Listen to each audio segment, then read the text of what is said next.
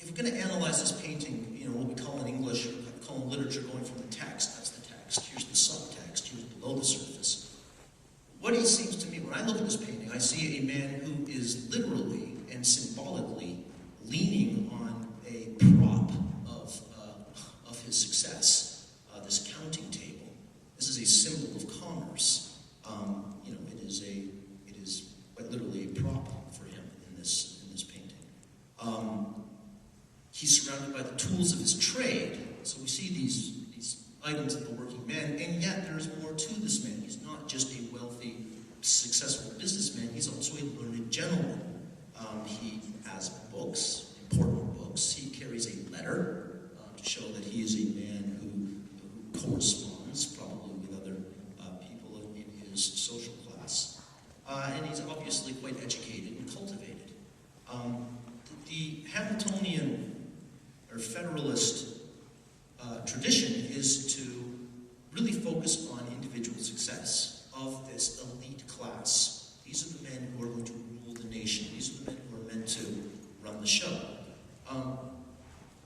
Mr. Plickett, could you go 2 forward? Thank you. This happens in landscape too. So, oh, perfect. That's what I meant. Oh, I apologize for this slide. This is even the original is very hard to see. This is from a magazine. It's kind of a blurry an etching. But this is a view of the seat of the Honorable Moses Gill, Esquire, in Princeton, Massachusetts. This is by Samuel Hills, done in 1792. It was published in a magazine. This is quite typical. This is the Hamiltonian version of a landscape.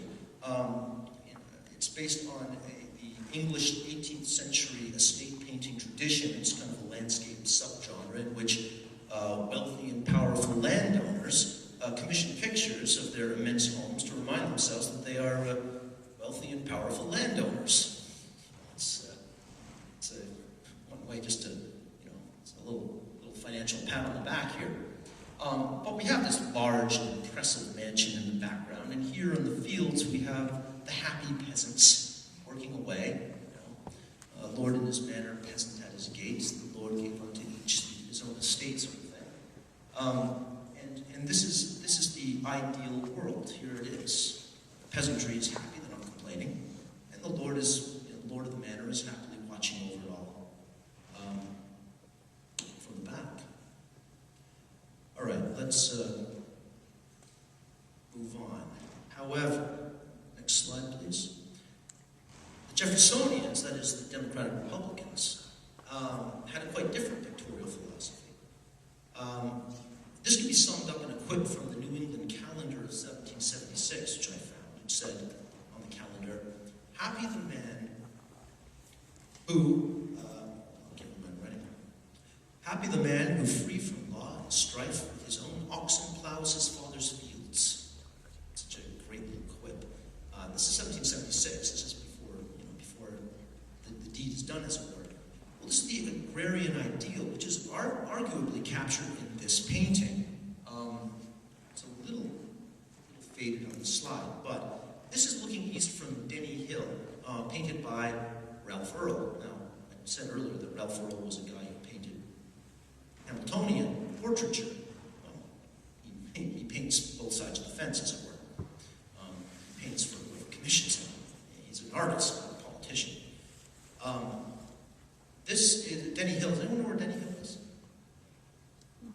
This is in Leicester, Massachusetts. We're up on Denny Hill. Over here, this is Worcester. This is a church, 2 churches you can see in Worcester. It's Shrewsbury up here, and this road eventually leads us to Boston. So this is down at the Worcester Art Museum, by the way. This art, unless it's left, I think it was on loan for a while. Well, let's see what we say about this. Well, this is, you know, a very delicate balance in this painting between agriculture and industry. It's not saying that agriculture is the only way to go. It's saying that agriculture and industry can live hand in hand. This is the mill, where the owner of Denny Hill gets much of his money.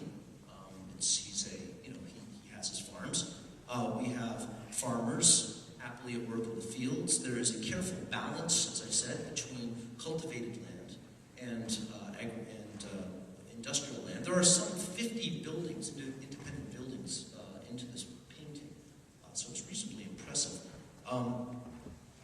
So the landscape is idealized as well, partly for pictorial reasons. That is, the fields are pleasantly separated by hedgerows. There is a balance, it's sort of an artistic no-no compositionally to divide your composition, put your horizon line dead center. You generally want to put it at the 1/3 mark or the 2/3 mark horizontally. You usually don't put it dead center, but he has.